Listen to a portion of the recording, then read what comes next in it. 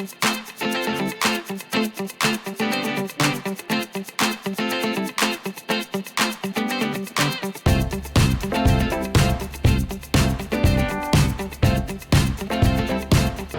you're probably wondering, or not, how the white fluffy stuff is doing. For those of you who saw my comments on Facebook, I woke up the other day, or the other afternoon, to white fluffy stuff growing on my deck. And I put out pictures because it was all over my barbecue and asked people, what on earth is this? Apparently it was snow. So you'll be pleased to know that it isn't here. But well, here I am again on my way back from the doctor, where I've just had my 3 stitches out. For those of you who don't know, I had a biopsy last week. They removed part of my back.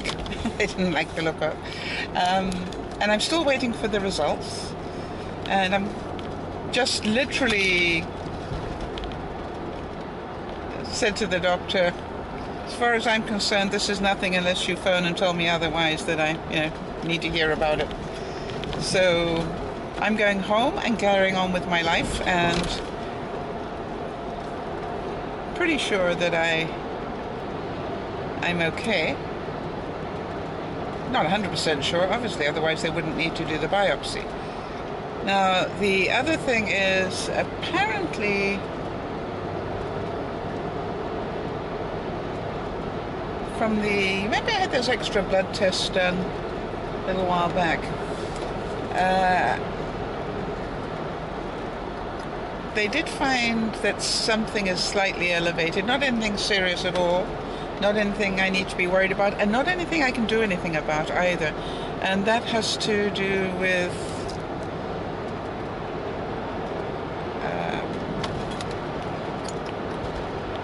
I think it was something to do with my kidneys, and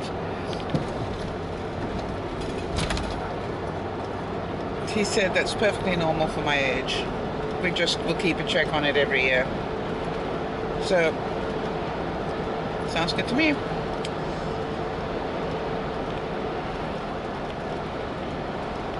And so, for those of you who want to know, how painful was it to have the stitches out? Not at all. Let me try and explain what having stitches out feels like.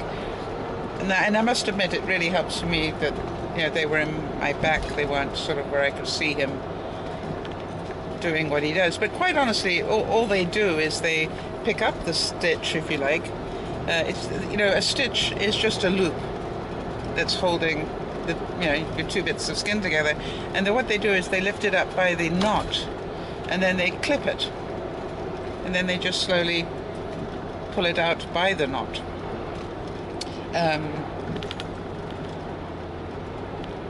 And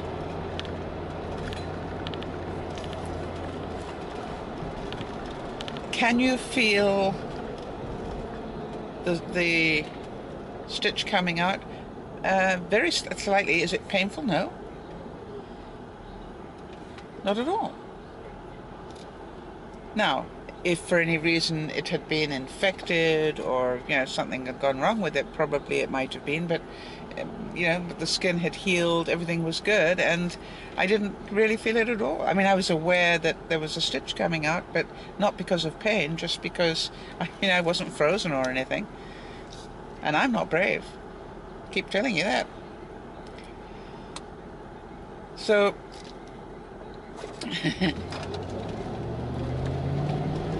it was a good trip.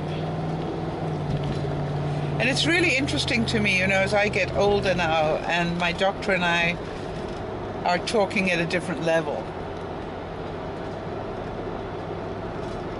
It's a very important conversation, a relationship, when you get to my age, because as you can probably imagine, the chances of he and I having more serious conversations from this point onwards in my life are probably pretty good. Up until now, we've really had most of my conversations with him have been about colds, flu, and a touch of bronchitis here and there. But the chances that we're going to have more serious conversations, be that about anything, just because I'm aging, is pretty good. So I make sure that each of the visits that I go to now,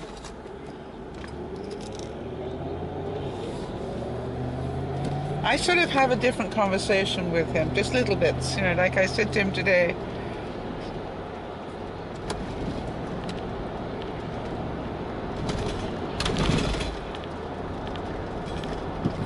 I can't remember what I was saying, and somewhere in the conversation I'd said, well, you know that I'm not a wuss, and he said, absolutely. And I had to check to see if he was being funny, because you never know with him. And I said, oh, that's good. He said, no, you're very pragmatic. And very pragmatic is that I'm sort of pretty realistic about things. So he also knows that, he can talk to me and tell me the truth about things, and he better tell me the truth about things. I think he's duty bound to tell me truth about things, don't you? But you understand that it's really important that your doctor knows that you can handle the truth, because that will determine how much they tell you. Because they think you're going to freak out on hearing biopsy, for example. Then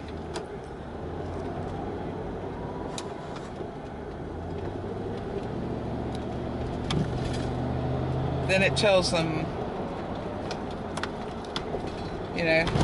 if the results of the biopsy is anything negative, you're probably likely to freak out 10 times, well, 100 times more probably. I don't know how that works, but in other words, I think it's really important for your doctor to know what you can handle. So to me, the conversations he and I are having now are pretty good. I'm hoping that, I know this sounds really strange, I am hoping that I almost live long enough to see him retire, because he's that much younger. Because I'd hate to have to train a new doctor now. That's my other thought. I'd like to sort of have him there for my more difficult years, if I have them. Because I need somebody who understands me and has a sense of humor. I'm hoping that you all have a wonderful day. You can probably see by the color of my sunglasses, I've got transitions so that they automatically turn, but you can probably see I'm driving straight into sunshine. It's now up to 7 degrees, positively balmy here. Unlikely we will see any of that white fluffy stuff coming down today, I hope. It's 7 degrees, it's beautiful. There are clouds in the sky, but they're high up. I can see blue sky, which in British Columbia at this time of the year is wonderful.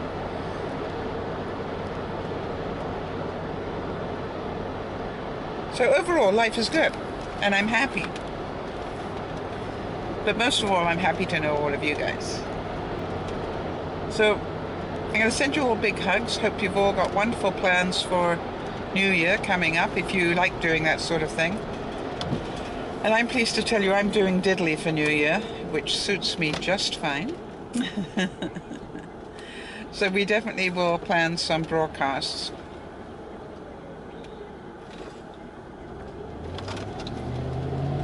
And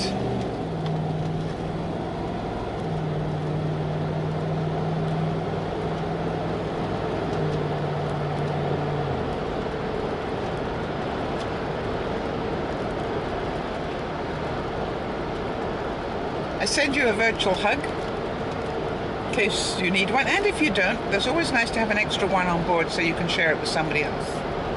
This is DearMamaSal saying thank you for being here along my journey of life.